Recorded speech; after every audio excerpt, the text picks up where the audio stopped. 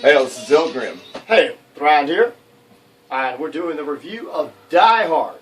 That's right. That is the actual Christmas movie, or as I would say, a Yuletide movie of all time that everybody wanted to see us review. That's right. We started out with the first song of the soundtrack of the film. That was Run DMC with Christmas in Hollis. Oh, yeah, definitely. Good old one. Christmas song if I ever heard one. And Die Hard is a Christmas movie if I've ever seen one. So we're dressed in our Die Hard gear.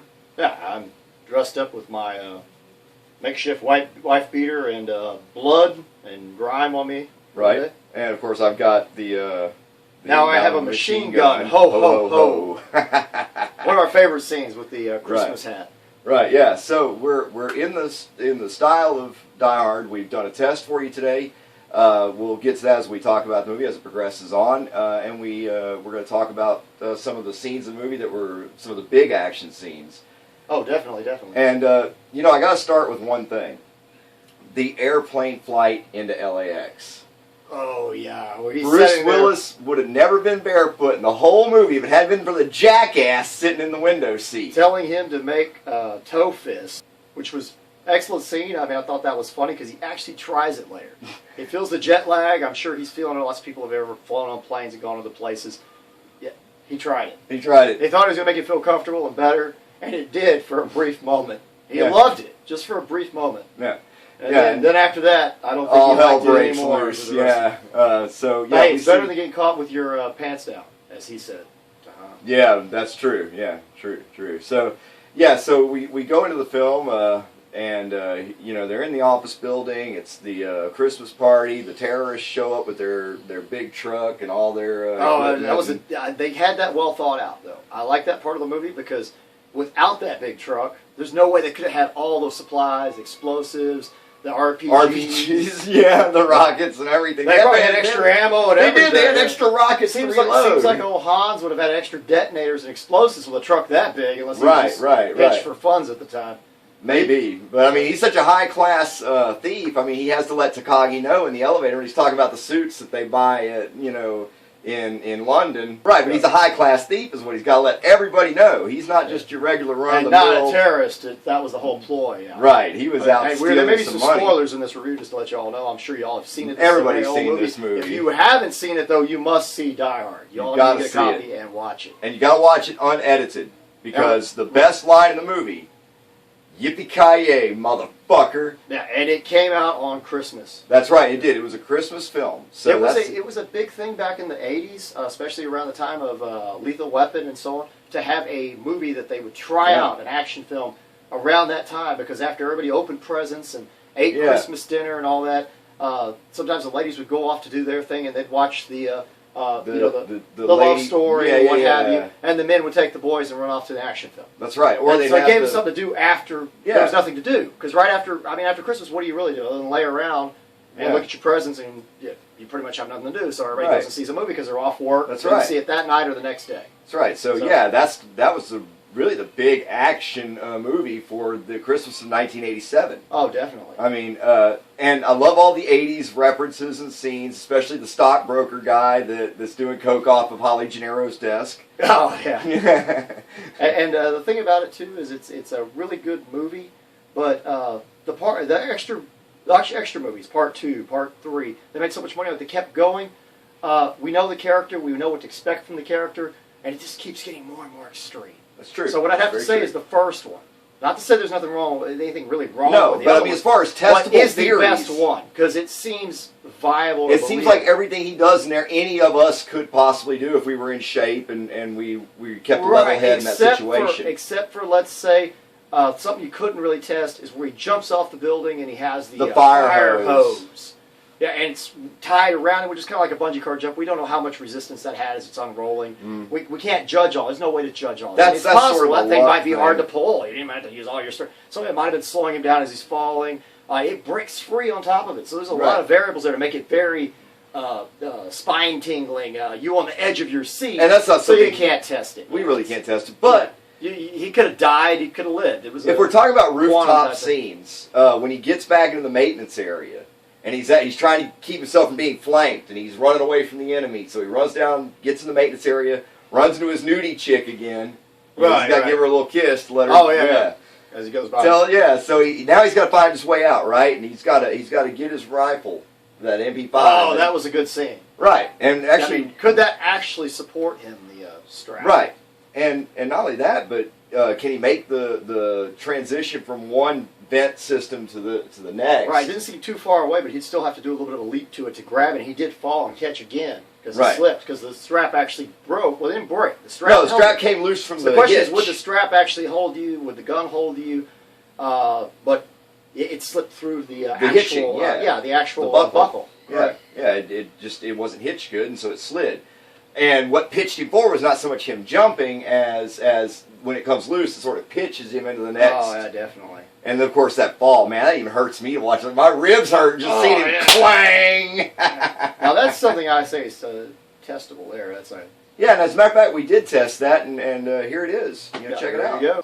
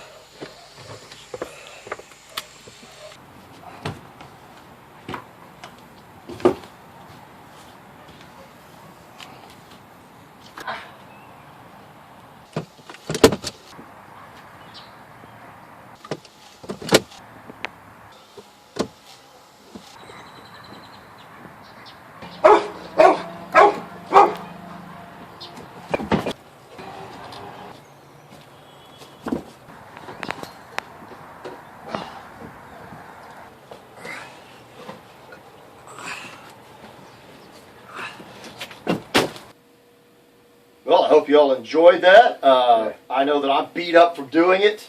Yeah, that's what they do with single camera shooting. Unfortunately, Thrand has to do it over and over and over and over. So I know that it is viable and it could be done because I did that many a times over and over again. Just to get all the different angles. All the way down. The thing supported me. And to be honest with you, at the very last, the buckle, actual way it was put together was coming loose, and actually didn't totally come loose, but if I'd have done it one more time, it would have broke. It was working its way out of the wood, yeah. It would have broke. It would have, yeah. I mean, you would have That's been an old M1 trainer. Carbine trainer from back in the day, an antique. Yeah, it's made out of hardwood. So, right. So it was a good test, I mean, it's about the size of the MP5. It was a lot of fun, though. I enjoyed it, but I'm beat. But it was kind of cool to actually do something out of a movie and to see if it was, like if it had been a tale or a story. Yeah. Try to see if somebody. Too bad there's not any office buildings in town that would let us borrow an elevator shaft or something. That would be awesome. And matter of fact, I explained to some people about the gun scene that we wanted to test, and to me, I think it's totally viable. So I mean, it would be cool to test the pistol scene, but I mean, the way he had it set up and rigged, and that moment. When he's like this, and he's like, "Oh no," pretty much, they got him, and he laughs and gets the guy, and he just reaches back quickly and pulls it out, and bang. If you had your, you wouldn't know it's there. No one would know I was going to do that until I actually did it quickly and did it. So, I don't really think, and don't worry, this isn't loaded, guys. It is a real pistol, but I don't think that it would. Well, and also pulling from behind your back. The test would be, and it wasn't very long ranges, would be how long they were surprised when the first shot went off. As long as he didn't hit his wife or something, yeah. And he hit the other guy. We'd be testing our own shooting more than. You lessen the possibility of you making a mistake pulling over. Right. I was standing here the whole video with this, and it's kind of like. But you're pulling down your sights through your target. Yeah, you've pretty much got the whole thing right here. I mean, he didn't even do all that. But the sights come straight down across where you want. It's easier to shoot that way than to shoot coming from behind. Yeah, if you had it here and somebody can only see the front of you, and you've walked up and you make sure it's hidden properly. I'm using the shirt. You could tape it if you wanted, and be no shirt, so. But the whole thing is, I think it's totally viable, especially the way he drew it. He's not going to hit himself or somebody else. It's going to come overhead, and they wouldn't expect it. It'd be there that quick. Oh, wait a minute, he had a gun. I couldn't think he had a gun. He's not wearing a shirt. So that's why we didn't actually test that out. because not only that, but we also had people go, well, that's a quick draw, and that sounds iffy with tape. So Right. It's hard to Rangers get didn't any really firing like range the to let- idea. yeah. We'd have to be out in the country. The other one we had thought about is a great scene where he's under the desk. Yeah. We That were was thinking- awesome, where he's laying there and the guy tells him, next time you have a chance to kill somebody, you shoot. Right. Oh, well, thanks for the advice, pal. And the problem with that is we'd have to shoot up at a 45-degree angle to really test it, so just shooting through a piece of wood or something as a desk. And like we said, we don't have any ranges around here that are far enough away from houses or out in the country, and we had no place to go right now at the spur of the moment near Christmas to do that, because we've been shooting at a 45-degree angle and those rounds go away, so it's not safe. No, it's not at all. And I'm pretty sure, I mean, undoubtedly, I think it will work We too. could hit I can that. look at that from shooting targets that are heavy wood and different things, and know it will go clean. Yeah, we'd have hit the target too. And as many rounds as he hit him with, the guy was going to die even if they didn't go quite the full full depth of penetration. He hit him multiple times. So. Exactly. So I mean, all in all, I mean, I think the strap test on the rifle was actually a pretty good test of what you could do with that as a tool. Yeah, my favorite character in there, I think I like Argyle. He was awesome. He's jamming out. He didn't know what's going on because he can't hear, or nobody can, because it's so high up in this Nakatomi Plaza that the gunshots aren't being heard. I mean, he was a great character. He was a great character, but he was also the foil. He was there for him, though. He just met the guy, and he was there for him through the whole thing at the end when he realized. True Christmas spirit. He even gets a kill in the movie. Oh yeah, he does. He gets Theo, his foil. I like the officer. The officer was really cool too, and how he had a history behind him, and you know, I mean, they actually gave some depth to the movie, like it was believable. Yeah, the because characters he were had no believable longer characters. worked, you know, on the street normally because of an accident with a gun. He thought a kid had a ray gun and shot him. Yeah, great scene. So, I mean, and that the would fact totally, you might still work for the force, but you definitely wouldn't want to be out there where you're carrying a gun. Right. Yeah, I thought it was a really believable film as far as it.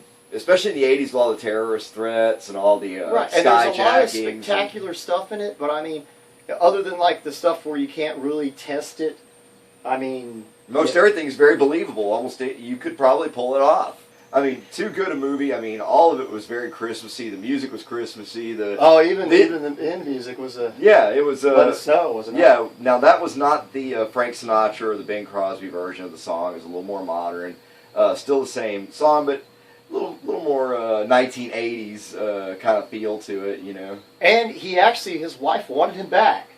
Yeah, he had that going for him. He had that going for him. And he what was does he do? almost there. He He's has got to to bring say up the that last put his name. foot in his mouth.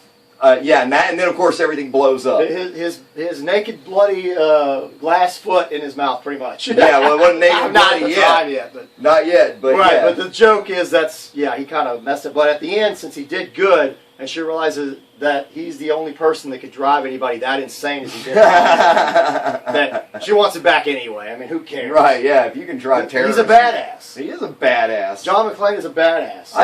I love the film. I love watching it. I watch it every Christmas. And it's reminiscent of the 80s. They don't quite do them like they used to. I think there's one out right now that looks like it's an action film coming out for Christmas. That's The Gambler with Mark Wahlberg. Mark Wahlberg. It looks really good, but they just don't quite make them like they used to. I'm sorry, this is the original. This is what started the idea of doing action films and releasing them on the holidays during Christmas. Yeah. And I mean, it's not the only one. I mean, There've Lethal been Weapon around the others, same for sure. time. I think it came out a little first. I saw Lethal Weapon first, and then I saw... It was Lethal Weapon, then it was Die Hard. And But they really started that huge trend of that being... and they had many sequels, so if y'all want to watch those, they're great, but I'm telling you, the first ones are the classic and the absolute They're the best best ones. They're the best ones, yeah, without a doubt.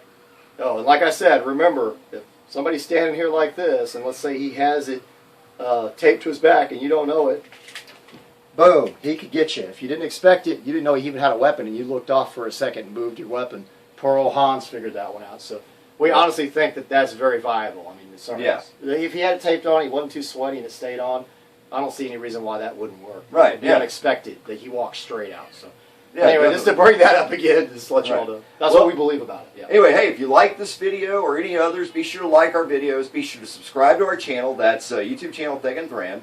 And if you want to help improve our content, help us build a green screen, help us get better cameras and other equipment, by all means, please donate at www.patreon.com/Thrand. Yes, and that would be a great Christmas or Yule gift for us. We would love it. That's what we care about doing. We love doing this. This is not work to us. This is actually great enjoyment. We love making these videos. I mean, this is like something, it's our passion. So if you gave us something like that as a Christmas gift, you couldn't give us anything greater. Now, if If you can't afford something like that, we like artwork and stuff as well. Yeah, that's right. We got that one from Gabriel Stellato. Yep. And I'm sorry, I will read your message later. We don't have time in this video, but I found the message on the back, and I feel like a moron now that I didn't read it. Hey, that's all right. Anyway.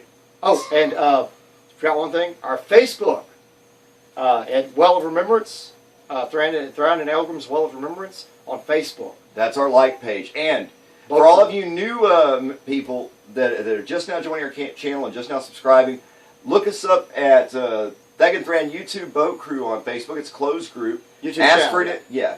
Ask for a subscription to the Boat Crew, and we'll let you in. The only way we get wouldn't exclusive is content. if you upset everybody else in the crew. As long as you get all the crew members, you're right. in. Yeah. Well, you guys get exclusive content before anybody else on any of our other pages. You get to see it, and you get to participate with some of our die-hard supporters.